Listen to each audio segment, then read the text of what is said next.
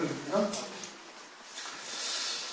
이제 여기서 37장이 끝나면 38장부터는 하나님이 친히 나타나셔서 요백에게 말씀하셔야 되죠. 그래서 이제 42장까지 쭉 이어집니다. 그러니까 이제 엘리후의 병이 여기서 끝나는 거예요. 오늘 37장 이제 여기서 끝나는 거예요. 그러니까 37장을 통해서 지금 엘리후가 하고 있는 말씀이 온 우주를 다 통괄하면서 아주 어마어마한 장엄한 이야기들을 지금 하고 있는 거예요. 그러면서 이제 하나님에게로 말씀이 딱 넘어가게 되어지는 겁니다. 우리가 지난 시간에 18절, 19절까지 우리가 상고를 했죠. 18절을 보면은 하나님께서 우주의 그 궁창에다가 무수한 별들과 또는 많은 은하계와 같은 수많은 그런 삼라만상들을 하나님께서 지으셨어요. 유리같이 아주 맑다 부은 거울 같은 견고한 궁창을 네가 욥이 너 할 수가 있느냐? 그럼 하나님께서 막 그냥 창조주의 권세로 우주에 있는 별들을 만드시고 그것을 막 그냥 흩뿌려 놓듯이 수많은 별들을 만드신 것을 욥에게 지금 말씀하고 있는 것은 아니라 그것은 아니라 이 말씀이 뭘 말하는가? 이것은 고린도전서 15장 41절에 하나님께서 해와 같은 영광, 달과 같은 영광, 별과 같은 영광이 있다. 그런데 별과 별의 영광이 다르다. 그 누구를 말하는 거예요? 하나님의 자녀들이 장차 하늘나라에서 누리게 되어질 영광이 해의 영광이 다르고 달의 영광이 다르고 별의 영광이 다른데 별과 별의 영광이 다르다. 그 모든 하나님의 자녀들의 각각의 처한 위치에서 하나님이 예정하신 별과 별의 다른 영광, 해의 영광 또는 다른 영광, 달의 영광과 같은 영광들을 위하여 그들을 이끌어가고 계시는 거예요. 그렇게 전지전능하신 하나님께서 모든 하나님의 백성들의 각각의 예비하신 영광을 따라 그들을 다 이끌어가고 계시면서 열매 맺게 하시는데 네가 그렇게 할 수가 있느냐 이거예요. 지금 욥은 뭐라고 그러는데 욥이 지금 하나님이 잘못했다 이거예요. 나는 온전한 열매를 맺으면서 하나님께 의로 영광을 돌렸는데 이와 같은 재앙을 주시는데 내가 너무 아무리 생각을 해도 나는 하나님 앞에 이렇게 재앙을 받을 만한 잘못한 것이 전혀 없다 이거예요. 그러니 의로운 나에게 재앙을 내리시는 하나님은 어떠하시다? 하나님이 불의하시다 이거예요.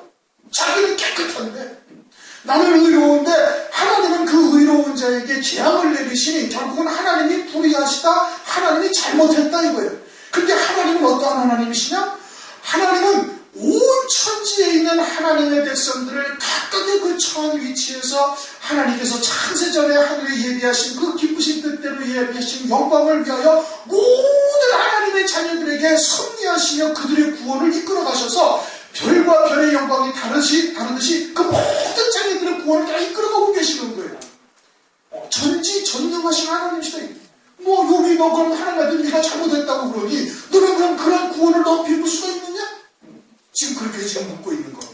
나는 하나님 앞에 한마디도 할 수가 없다. 19절에 우리가 그에게 한 말을 너는 우리에게 가르쳐. 나는 도무지 하나님 앞에 나는 입도 뻥끗 할 수도 없는 감히 시들매도 풀 수도 없는 그와 같은 존재다. 나는 세례 요한이 주님에게 그랬잖아요. 나는 그분의 신발끈도 감히 풀거나 매거나 하지도 못할 이와 같은 아주 버러지 같은 구더기 같은 인생이요 그런 존재다. 나는 우리가 그에게 할 말을 너는 우리에게 가르쳐. 우리는 어두워서 아무것도 진술할 수가 없도다. 지금 그렇게 말하고 있는 거예요. 그러면서 이제 20절 말씀으로 넘어가는 겁니다. 그러니 이 엘리후가 하는 말이 얼마나 장엄한 것을 지금 이야기를 하고 있는 거예요. 하나님은 지금 그렇게 일하고 계신다 이거예요. 그런데 너한테 지금 그와 같이 하나님께서 재앙을 내렸다고 해서 네가 하나님께 그렇게 따질 수가 있느냐 이거예요. 그럼 네가 하나님을 가르치는 자냐? 하나님이 잘못했다고 그러니 그럼 너는 이 온 우주 만물을 통해가지고 이루실 하나님의 구원의 역사를 너는 그럼 할 수 있다고 생각하느냐? 하나님을 가르칠 수 있느냐 네가? 지금 그런 겁니다. 20절 내가 말하고 싶은 것을 어찌 그에게 구할 수 있으냐? 설령 할 말이 있다 할지라도 감히 그러한 하나님 앞에 할 말도 아무것도 이야기할 것이 없다 이거예요. 엘리후의 신앙으로서는 그런 거예요. 그렇지 않습니까 여러분? 온 천지에 있는 하나님의 자녀들을 하나님께서 그와 같이 섭리하시고 조성하셔서 그들의 구원을 이루어 가시고 거기다가 온 우주 만물을 주관하고 계시면서 그 일을 이루어가고 계신다. 그런데 우리가 감히 그 하나님 앞에 뭘 할 말이 있어요. 그런데 욥은 지금 어떻게? 나는 하나님 앞에 내가 할 말을 가득히 입에 채우고 하나님 좀 한번 만나봤으면 좋겠다. 이게. 무엇 때문에 내가 이와 같은 재앙을 겪어야 하는지 도무지 깨닫지 못하니 내가 하나님 앞에 나 좀 하소연 좀 했으면 좋겠다. 이게. 그렇게 지금 이야기하고 있거든요. 근데 지금 엘리후가 뭐예요? 내가 말하고 싶은 것을 어떻게 그에게 고할 수 있으냐? 하나님과 뭘 쟁론할 수가 있고 쟁변할 수가, 누가 감히 하나님 앞에 서서 할 말이 있다고 이야기할 수 있는 사람이 감히 어디 있냐? 하나님은 우리의 모든 중심까지 다 아시는 거예요. 우리의 생각과 마음까지도 감찰하신다. 감찰하시는 하나님. 우리의 마음먹은 것까지도. 그러니 우리의 속을 다 알고 계시는데 그러한 우리들이 하나님 앞에 뭘 잘한 것이 있다고 하나님 앞에 따지듯이 이야기할 수가 있고 쟁론할 수가 누가 있겠어요? 아무도 그걸 할 사람이 없다 이거예요. 그런데 오늘날 많은 신학자들, 많은 목사들을 말할 것도 없고 뭘 이야기하고 있는 거니, 창세기 2장에 가면은 선악을 알게 하는 나무와 생명나무가 있어요. 그렇죠? 왜 하나님께서 아담이 전지전능하신 하나님이시니 아담이 하와가 선악을 알게 하는 나무를 범할 것을 모르셨을까? 아신다 이거예요. 왜? 아시면서 거기다가 그 선악을 알게 하는 나무를 갖다 심어놓으셔가지고 오늘날 인생들이 왜 이렇게 원죄로 인하여 고난을 당하는지 도무지 모르겠대요. 아무리 성경을 봐도 그것을 깨달을 수가 없다 이거예요. 그래서 내가 하나님 나라에 올라가면은 하나님께 내가 한번 물어봐야 되겠다. 물어본다는 뜻이 아니라 그건 따져보겠다는 얘기예요. 그렇잖아요. 왜 하나님께서 뻔히 아시면서 전지전능하신 하나님이니까 모르실 리가 없잖아요. 선악을 알게 하는 나무를 따먹고 범죄하여 지옥 시판 아래 떨어지게 되어질 것을 모르실 리가 없다 이거예요. 근데 왜 그거를 심어놓으셔가지고 인생들로 하여금 이렇게 마귀한테 고생을 당하고 고난을 당하고 또 유혹을 당하고 미혹당하고 실족하고 넘어지게 왜 이렇게 만들어 놔셨느냐? 그걸 하나님 앞에 한번 물어봐야 되겠다. 기가 막힌 일들. 그런데 지금 이와 같은 하나님의 섭리를 안 되면 감히 하나님 앞에 이야기할 수가 있어요? 얘기를 못하는 거예요. 아무리 하나님께서 우리가 인간의 생각으로 억울한 일 또는 막 그냥 참으로 뒤집어질 일을 겪었다 할지라도 하나님 앞에서는 아무 할 말이 없는 거예요. 아무 말 자랑할 것이 하나도 없는 거예요. 우리의 인간의 마음을 어떻게 하나? 그냥 아주 시초부터 폐역하고 부패하는 거예요. 에레미야서 17장 9절을 말씀하고 이 사람의 마음이야말로 참으로 부패한다. 마태복음 15장 사람의 마음에서 나오는 것은 전부 다 악한 생각과 폐역한 것과 간음과 음란과 도적질과 모든 회방과 그냥 악한 것들만 나온다 이거예요. 그러한 존재들을 하나님께서 천국에 이르게 하시고 하늘나라의 영광을 예비하셔서 그걸 입게 하시는데 뭘 하나님 앞에 뭘 따지고 하는 게 뭐가 있어요? 아무것도 없는 것이지. 근데 그 선악이 알게 나무를 하나님께서 왜 심어놓으셨냐고 하나님께 따져보겠다. 왜 심어놓으셨어요? 우리가 사람의 의로 하나님 나라에 이르지 못하게 하시기 위해서 심어놓은 거예요. 그것으로 말미암아 원죄 있는 몸이 되어져가지고 오직 하나님의 의, 하나님의 말씀을 믿는 믿음, 성령의 인도하심이 아니고서는 살 수 없는 존재가 되게 하셔서 성령의 열매, 하나님의 의의 열매로 하늘나라에서 영원히 찬송케 하시기 위해서. 그러지 않냐고 자기의 의로 올라가면은 하늘나라에서 교만하여 타락하여 지옥으로 또 떨어질 것이니 마귀를 통해서 그 본보기를 우리에게 보이시고 하나님께서 영생토록 찬송하며 하늘나라에서 영광과 복을 누리라고 그와 같은 은혜를 베푸신 거예요. 또 오늘날 그 선악을 알게 하는 나무는 오늘날 율법을 의미하는 거예요. 생명나무는 복음과 진리를 의미하는 것이고 율법이 없으면 오늘 어떻게 선과 악을 우리가 알 수가 있어요. 그렇죠? 이제 복음 안에서 율법이 생명에 이르게 할 계명이라고 요 로마서 7장 10절에 말씀을 하고 있잖아요. 율법이 우리를 정죄하여 심판하는 것이 아니라 모든 저주는 예수께서 다 이미 받으셨으니 이제 율법이 우리에게 생명나무가 된 거예요. 생명에 이르게 할 계명이 된 거예요. 무엇이 선이고 무엇이 악인지를 율법을 통해서 깨닫게 하셔서 오직 하나님의 우리의 선한 양심이 하나님을 향하여 찾아갈 수 있도록 은혜를 베푸신 것이다 이거예요. 그러니 그와 같은 하나님의 진리를 깨닫지 못했으면 어떻게 됐군요? 순종하면 되는 거예요. 순종이 제사보다 낫다. 순종이 제사보다 낫고 그게 사무엘상 15장에 말씀하고 있죠. 그러니 알지 못하면 그냥 순종하면 되는 거예요. 하나님의 선하심과 하나님의 사랑을 알고 그냥 믿고 나가면 되는 거예요. 그러면 그것이 오히려 자기에게 유익이 될 텐데 그걸 가지고 하나님께 따져보겠다. 자기가 하나님보다 지혜롭다는 것이죠. 삼라만상을 지으시고 그 모든 우주 만물을 통해서 하나님의 자녀들의 모든 구원을 하나님의 예정하신 대로 이루어 가시는 그런 하나님 앞에 뭘 우리가 할 말이 우리에게 뭐가 있겠어요? 네가 말하고 싶은 것이 있으면 말하고 싶은 것을 어찌 그에게 구할 수 있으냐? 할 말이 있다 하더라도 할 수가 없다 이겁니다. 우리 스스로를 돌아본다면 우리 자신은 뭐예요? 그냥 벌레요 구더기 같은 인생일 뿐인 것이에요. 그러니까 하나님께 뭘 내놓고 왜 그렇게 하셨느냐고 따질 수가 있어요 없어요? 아무도 없는 거예요. 하나님이 하나는 천이 쓸 그릇을 만드시고 하나님 귀 쓸 그릇을 하나는 만드셨는데 그런데 나는 왜 이렇게 천이 쓸 그릇으로 만들으셨냐고 하나님께 항변할 수가 있어요? 항변 못하는 겁니다. 자기의 중심이 그러하니 그와 같은 자리로 내려가게 하신 거예요. 하나님께서 긍휼을 베풀 자에게 긍휼을 베푸시고 은혜 베풀 자에게 은혜를 베푸시는 거예요. 하나님께서 하고자 하시는 자를 갖다가 하나님께서 은혜를 베푸시고 하고자 하시는 자를 강팍하게 하신다. 로마서 9장에도 말씀하시고 있잖아요. 하나님의 주권이 하나님의 아주 천지의 주제가 되시는 하나님의 주권적인 역사인 것이다 이 말입니다.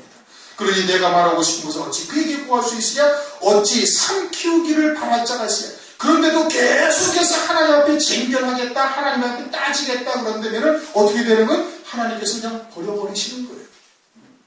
멸망이 되는 거예요. 이게 삶 키우기를 바랄 자가 어디가 있겠느냐? 그렇게 되어지면 어떻게 된다? 삶 키움을 당한다 이겁니다. 하나님 앞에 멸망, 영원한 멸망이 되음을 말씀을 하고 있는 거예요. 또 그렇게 모든 인생들이 일어나서 하나님을 대적하고 하나님을 배반한다 해서 하나님이 그 기쁘신 뜻을 못 이루시나요? 아니라는 말씀이에요. 하나님은 하나님의 뜻을 그냥 또 이루어 가시는 거예요. 왜? 전지전능하사 천지의 주제가 되시는 하나님이시니 하나님은 하나님의 기쁘신 뜻을 그대로 이루시는 거예요. 누가복음 3장에 말씀하고 있잖아요. 이 돌들로도 아브라함의 자손을 만들 수가 있다. 이 하나님께서는. 그래서 하나님께서 아브라함을 통해서 이루신 뜻을 그것을 통해서 또 다 이루어 가실 수도 있는 전지전능하신 하나님이신 거예요. 창조주의 조물주가 되시는 거예요. 그런데 하나님 앞에 계속 항변하고 대적하고 하나님께 따지시는다면 그것은 하나님을 가르치려는 자요. 하나님보다 네가 더 낫다는 거예요. 네 지혜가 하나님의 지혜보다 낫다고 생각을 하니까 하나님께 따지듯 그렇게 말을 하게 되어지는 것이죠. 그러면 어떻게 된다? 삶 키우게 된다. 내가 말하고 싶은 것은 어찌 그에게 구할 수 있으냐? 어찌 삶 키우기를 바랄 자 있으냐? 사람이 어떤 때는 궁창의 광명을 볼 수 없어도 어떤 때 궁창의 광명이 안 보여요? 구름이 끼거나 안개가 끼거나 요즘 미세먼지가 많잖아요. 우리가 뉴스에서 보듯이 중국의 베이징 같은 데는 미세먼지가 또 황사가 많아가지고 한낮인데도 깜깜해져요. 그렇죠? 하늘의 궁창도 볼 수 없어요. 밤에 달을 볼 수가 있어요. 별을 볼 수가 있어요. 별도 보지도 못하는 거예요. 그런데 바람이 지나가면은 맑아지느니라. 그런데 바람이 확 지나가 버리면 어떻게 되니? 그 가렸던 것들이 싹 지나가고 다시 해와 달과 별들의 모든 것들을 볼 수가 있다 이겁니다. 하늘의 영광과 땅에 발을 디디고 살고 있는 우리들 사이에 자꾸 뭔가 끼는 거예요. 먼지가 끼고 미세먼지가 끼고 황사가 끼고 또는 다른 것이 자꾸 끼는 거예요. 세상의 것들이 그 사이를 자꾸 끼고 가리게 되어지면 하늘 위에 궁창에 있는 영광들이 보여요? 안 보여요? 안 보이는 거예요. 그러면 하나님께서 어떻게 그냥 바람을 확 불게 하신다. 어떤 바람? 환란의 바람. 환란의 바람을 확 불게 하시면은 그 끼었던 것들을 그게 싹 날아가 버리는 거예요. 그래가지고 다시 하늘 소망 가운데 바라보게 하나님께서 하신다. 이런 겁니다. 지금 욥이 그런 거예요. 욥이 자기의 의, 사람의 의로 계속해서 내가 침상에서 선종하리라, 내가 계속해서 복을 받을 것이다, 내 날은 모래와 같이 바닷가의 모래와 같이 무수히 많을 것이다 라고 생각을 했던 거예요. 자기의 의, 사람의 의로 하나님께서 이루실 뜻을 계속 가리고 있었던 거예요. 그렇게 하나님께서 어떻게 그냥 재앙으로 확 쳐가지고 그냥 환란의 바람 가운데 확 집어넣은 거예요. 그래서 새 친구들을 통해 가지고 욥이 네 신앙이 이들과 같다라는 것을 계속 보여주고 있는데도 깨닫지 못하니까 마지막에는 엘리후를 등장을 시켜가지고 하나님의 뜻이 무엇인지를 지금 낱낱이 이야기를 하고 있어요.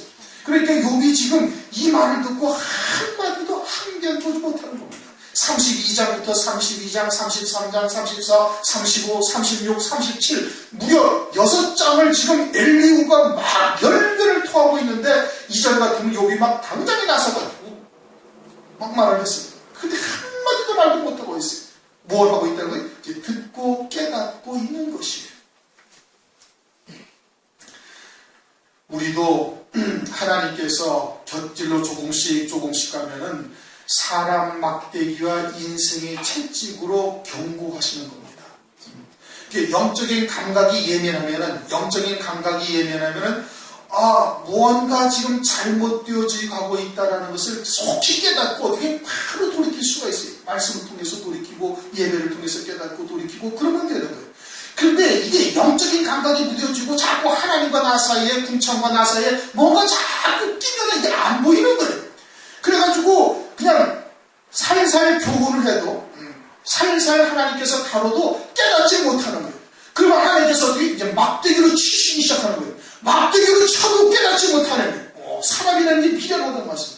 막대기로 쳐도 깨닫지 못하니까 그냥 폭풍 같은 환란의 바람으로 확 집어넣어가지고 왕창 뒤집어놓고 쌓아놨던 것을 그냥 회리바람으로 다 쓸어버리시면 그때서야 이제야 하늘이 보이고 그때서야 깨닫는 거예요. 진작에 깨닫지. 진작에 조그맣게 하나님께서 경고하시고 그냥 막대기로 살살 종아리 몇 대 칠 때 그때 깨달았으면 그렇게 큰 고난이나 고통을 당하지 아니하고 돌이킬 텐데 사람이라는 게 미련해가지고 모른다니까요. 그러니까 말씀을 통해서 그것을 잘 깨닫고 새겨서 들어야 되는 거예요. 그래서 주의 종들이 그와 같이 하나님의 말씀을 통해 가지고 성도들에게 말씀을 통해서 경고하면은 이게 내게 하시는 말씀이라고 듣고 빨리 속히 돌이키면 그게 복인 거예요. 그게 하나님 앞에 참된 복이고 은혜 받는 것이지. 그렇게 되면 얼마나 좋겠어요. 22절, 21절, 22절 다 같이 한번 읽어봅시다. 시작. 북방에서는 그 빛이 나오나니 하나님께는 두려운 위험이 있느니라. 이 말씀이 참 어려운 말씀이에요. 북방에서는 금빛이 나온다. 그러니까 예전에 제가 이제 주의 종을 하지 아니하고 일반 성도로서 신자로서 그냥 신앙생활 할 때 어떤 분이 하나님 보좌가 어디 있냐? 하나님 보좌가 저 북쪽에 있다고. 왜? 북방에서는 금빛이 나온다고 말씀하셨다. 그런데 이것은 그런 의미가 아닙니다. 우선 이게 뭘 말씀하시는지를 깨닫기 위해서는 9절 10절을 보세요. 9절 10절 남방 길실에서는 광풍이 이루고 북방에서는 찬 기운이 되며 하나님의 부시는 기운에 얼음이 얼고 물의 넓이가 줄어지는지라. 이 9절 10절은 지금 뭘 말씀하시는가 하니 남방에서는 광풍이 있다는 것은 그 전에 제가 미친 바람이라고 했어요. 그렇죠? 그것은 폭풍이요 회리바람이요 세상에 쌓아놓았다는 것을 확 그냥 쓸어버리는 그런 바람이고 북방 기운이 찬 기운이 불고 그리고서는 얼음이 얼고 물이 늙어 줄어든다는 것은 아주 냉랭한 가슴이 되어져서 하나님의 사랑에서 완전히 멀어진 자 추운 겨울이 되어져가지고 하나님의 예배를 드려도 은혜도 임하지 않냐고 무감각해지고 그냥 하나님의 사랑에서 완전히 멀어진 자가 되어져 있는 이와 같은 징벌을 의미하는 거예요. 13절을 보세요. 13절 혹 징벌을 위하며 혹 토지를 위하며 혹 긍휼을 베푸심을 위하여 구름으로 오게 하시느니라 이렇게 말씀하고 있죠. 그러면 9절 10절 남방과 북방은 지금 이건 뭘 말하는 거예요? 징벌적 성격을 갖고 하나님께서 책망하시는 말씀이고 11절 12절은 뭐예요? 이것은 토지를 위하며 혹 은혜 긍휼을 베푸시는 역사를 말하는 거예요. 구름으로 번갯빛을 싸시고 번갯빛이 구름으로 널리 펴신다라는 것은 그 구름을 통해서 하나님께서 하늘 위의 영광들을 보여주신다는 얘기예요. 적은 비와 큰 비를 통해 가지고 하늘 위의 영광들을 보여주시고 구름이 인도한 대로 들어행하며 이런 무릇 그의 명하신 대로 세계상에서 이루게 하려니라 하신 하나님의 긍휼을 베푸시는 것을 말하는 거예요. 그러면서 북방과 남방은 지금 징벌적 성격을 가지고 앞에서는 말씀하셨어요. 그렇죠?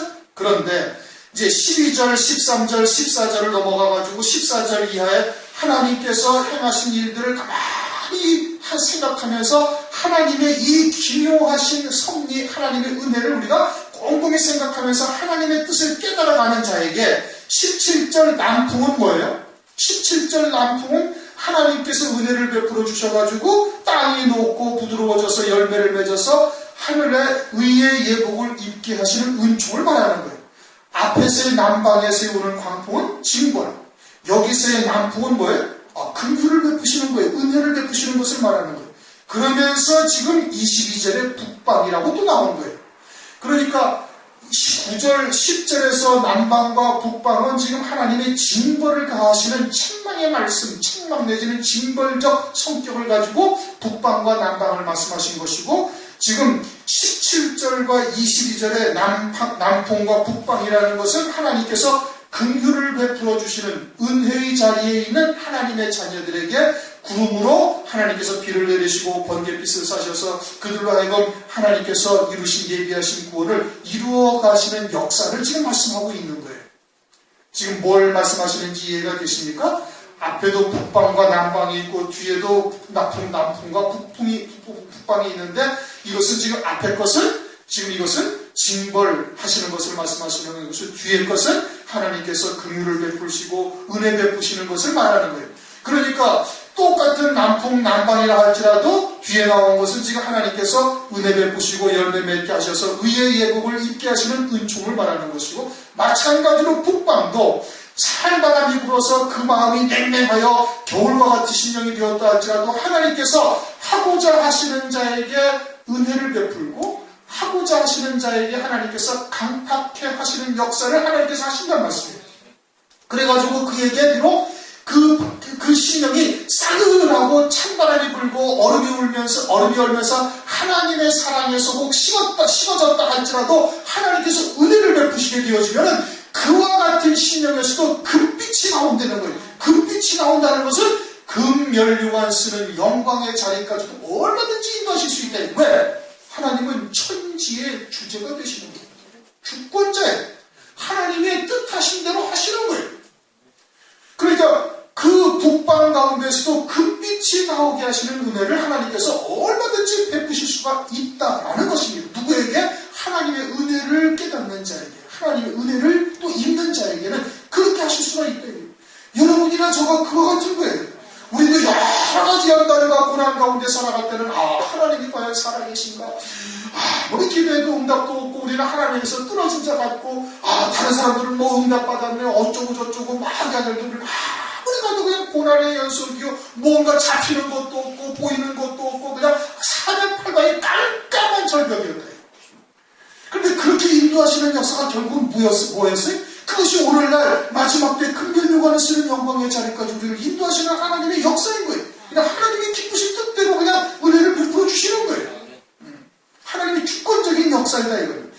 그리고서 이제 그 뒤에 나오는 것이 뭐냐? 하나님께는 두려운 위험이 있다. 두려운 위험이라는 것은 심판이에요. 그 심판이 아주 두려운 위험이다 이겁니다. 두려운 위험이라는 것은 하나님의 심판인데 하나님께서는 완전한 공의로 심판하시래요. 그렇죠? 완전한 공의예요. 하나님의 나라는 완전한 공의가 이루어지는 것이 그렇기 때문에 그것이 두려운 위험이다 이겁니다. 어느 누구도 하나님 앞에 항변할 수가 없어요. 세상도 정의를 찾아요. 그렇죠? 세상도 진리를 찾아요.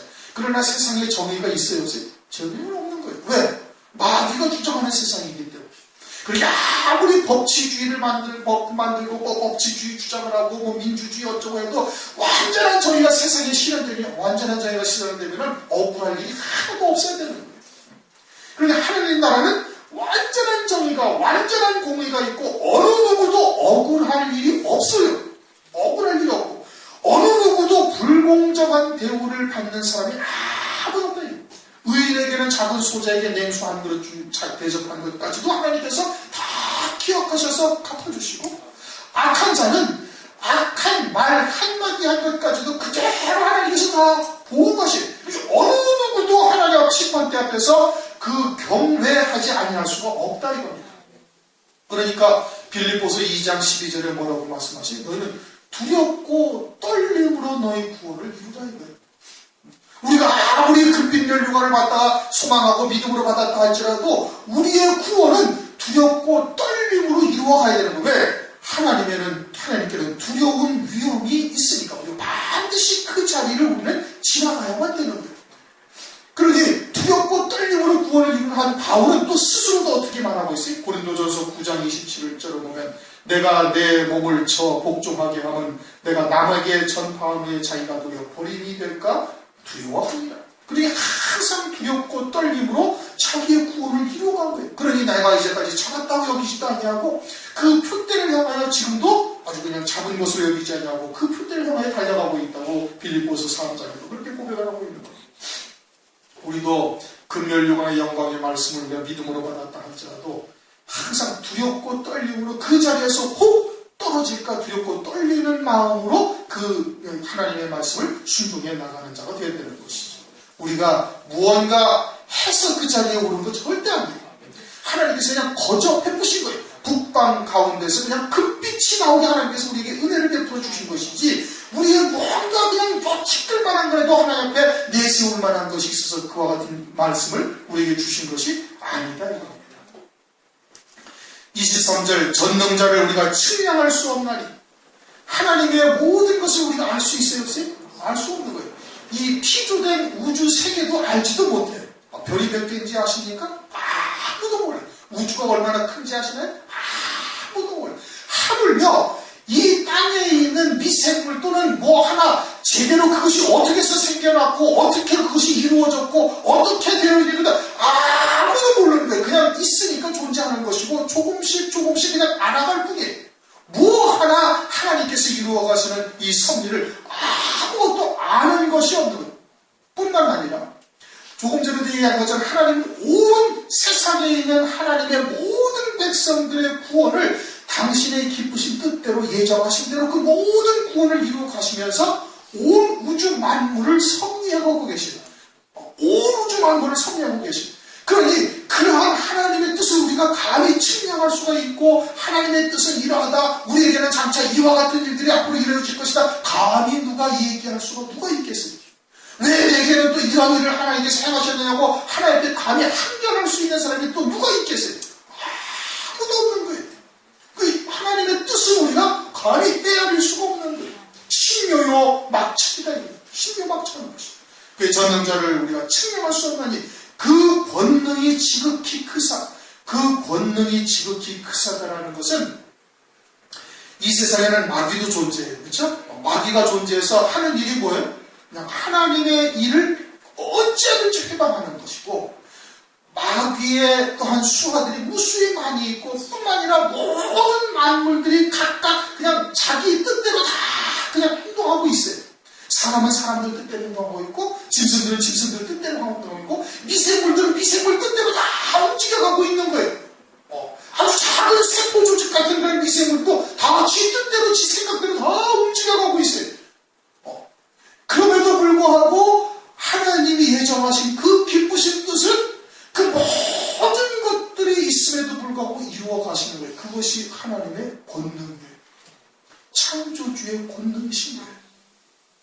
그 권능이 지극히 크다라는 것은 그와 같이 모든 만물들이 각각이 제 뜻대로 또는 마귀는 철저하게 하나님의 일을 회방하고 있음에도 불구하고 하나님께서는 창세전에 얘기하셨던 그 기쁘신 뜻대로 하나님의 뜻을 그대로 이루어 가시는 거예요. 그것이 그 권능이 지극히 크시다 이겁니다. 심판이나 무한한 공의를 굽히지 아니하시리라. 그러니 하나님의 심판이 하나도 잘못될 수가 없는 거예요. 어느 누구도 하나님의 심판이 바르지 못하다고 항의할 수 있는 사람이 아무도 없다. 로마서 14절이 말씀하는 모든 혀가 자기 일을 그냥 짓고 하리라.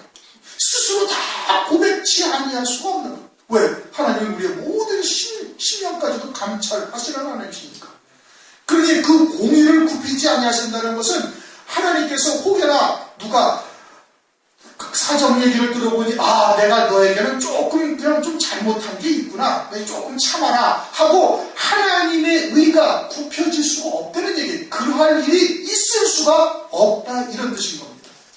완전한 공의, 완전한 의, 완전한 완전한 심판, 그리고 어느 누구도 억울하지 아니하고 어느 누구도 항의할 수 없는 그와 같은 두려운 위험이 하나님께 있고, 그 심판이나 무한한 공이라는 것은, 무한하다라는 것은 이 땅에 있는 하나님의 자녀들뿐만 아니라 모든 인생들이 70억이 된다잖아요. 그들의 모든 것을 하나님이 예정하신 대로 이루어 가시는 거예요. 그렇죠? 그런데 그 숫자가 무한대의 인생들이 있다 할지라도 하나님의 공의는 그들에게 절대 굽히지 아니하신다 이거예요. 그게 전지전능하신 창조주요, 조물주요, 주권자가 되시는 하나님이신 거예요. 그러니 그는 권능이 지극히 크사 마귀의 어떠한 회방에도, 또는 인생들의 어떠한 생각, 잠언서 19장 21절에도 말씀하고, 사람에는 많은 계획이 있을지라도 오직 여호와의 뜻이 서리라. 이사야서 40장인가? 인생들이 아무리 많이 있다 할지라도 열방들을 아무것도 아닌 것처럼 하나님께서 여기신다 이거예요. 근데 사람들이 아무리 계획을 짜고 마귀의 하수인 돼가지고 하나님을 방해하고 어쩌고저쩌고 하려고 할지라도 하나님은 당신의 뜻을 그냥 그대로 이루어 가시는 거예요. 그게 권능이 지극히 크사 심판이나 무한한 공의를 굽히지 아니하신다. 그러한 하나님이시다 이겁니다. 이 얼마나 장엄한 아주 그냥 설교예요. 엘리오의 기가 막힌 이야기잖아요. 여러분들도 이런 생각을 감히 해보지 못했잖아요. 저도 오늘 말씀 보면서 한 거예요. 말씀 보면서 깨닫게 하시고, 기가 막힌 하나님의 이 놀라우신 아주 그냥 두려운 위험을 우리가 알 수가 있는 거예요. 그러기에 하나님 앞에 뭘 입도 뻥끗 못하는 것이 욥이. 왜 내게 이렇게 나는 의만을 행했는데 왜 나한테 이렇게 행하셨냐고 한마디도 말할 수 없는 이제 상태까지 되어져 갑니다. 그러니까 24절 어떻게 하나? 그러므로 사람들은 그를 경외하고. 어떻게 하라고요? 경외하라고요.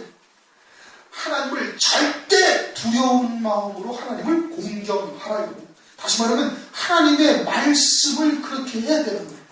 전도서 12장 13절에도 뭐라고 그랬어요? 일의 결국을 다 들었으니 하나님을 경외하고 그 명령을 지킬지어다. 이것이 사람의 본분이니라. 오늘날 우리도 역시 그러하다 이겁니다. 하나님 앞에 뭘 따지듯 말할 것이 아무것도 없는 거예요. 우리에게 주신 은혜가 우리의 행위보다 훨씬 지나친 거예요. 우리가 할 수 있는 모든 것보다 더 크신 은혜를 우리에게 베풀어 주신 거예요.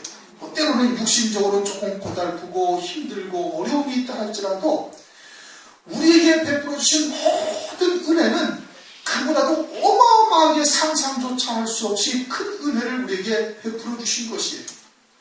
그러면 어떻게 돼? 그냥 하나님을 경외하는 거예요.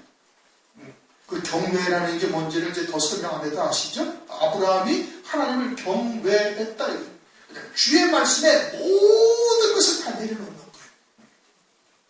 그리고는 순종하면서 감사하는 거예요.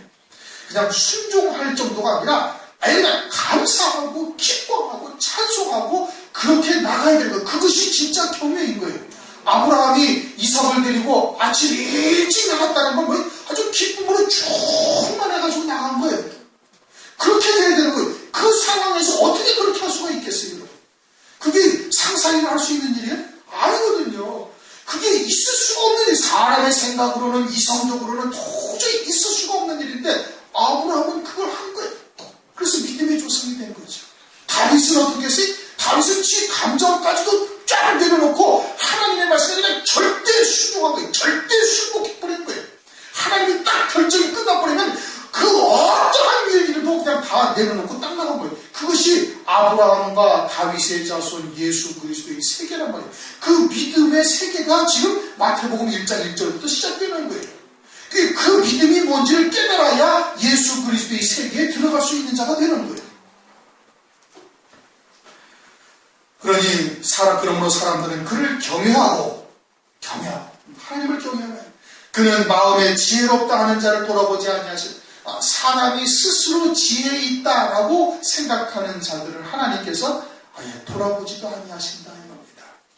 사람의 생각이나 또는 사람의 그런 이 인생들의 생각으로 하나님 앞에 이야기하는 것은 그 하나님께서 아예 돌아보지도 아니하신 거예요. 그것은 다 어디에 속한 거예요? 다 육에 속한 거예요. 전부 다 육에 속한 거예요. 내가 온전한 하늘에 속한 신앙이라면 하나님의 말씀을 절대 경외하지 아니할 수가 없는 거예요. 뭔가 막을 게 있다? 그건 육신에 속한 것이 뭔가 깔려 있으니까 하나님께 항변할 것이 있고 하나님께 하소연할 것이 있고 그런 것이 있는 거예요. 우리가 어리석을 때는 또 신앙이 어릴 때는 그러한 일이 왕왕히 있다. 그런데 신앙이 높아지면 어떻게? 신앙이 작사불량이 이러면 그냥 하나님을 그냥 경외하는 거예요. 경외할 뿐이다. 우리가 여러 가지 일들을 겪죠. 그렇죠? 여러 가지 일들을 겪어요. 그러나 그것도 천지의 주제가 되시는 그리스도 안에서 우리에게 다 허용하신 것이다 이겁니다. 그러면 그냥 묵묵히 순종하며 나가서는 그건 이제 신앙이 우리의 말씀의 수준에서는 그것은 아니에요. 그 정도 가지는 안 되는 거예요. 그러면 이제 어떻게 해야 돼? 그냥 기뻐하면서 감사하면서 나가야 되는 거예요.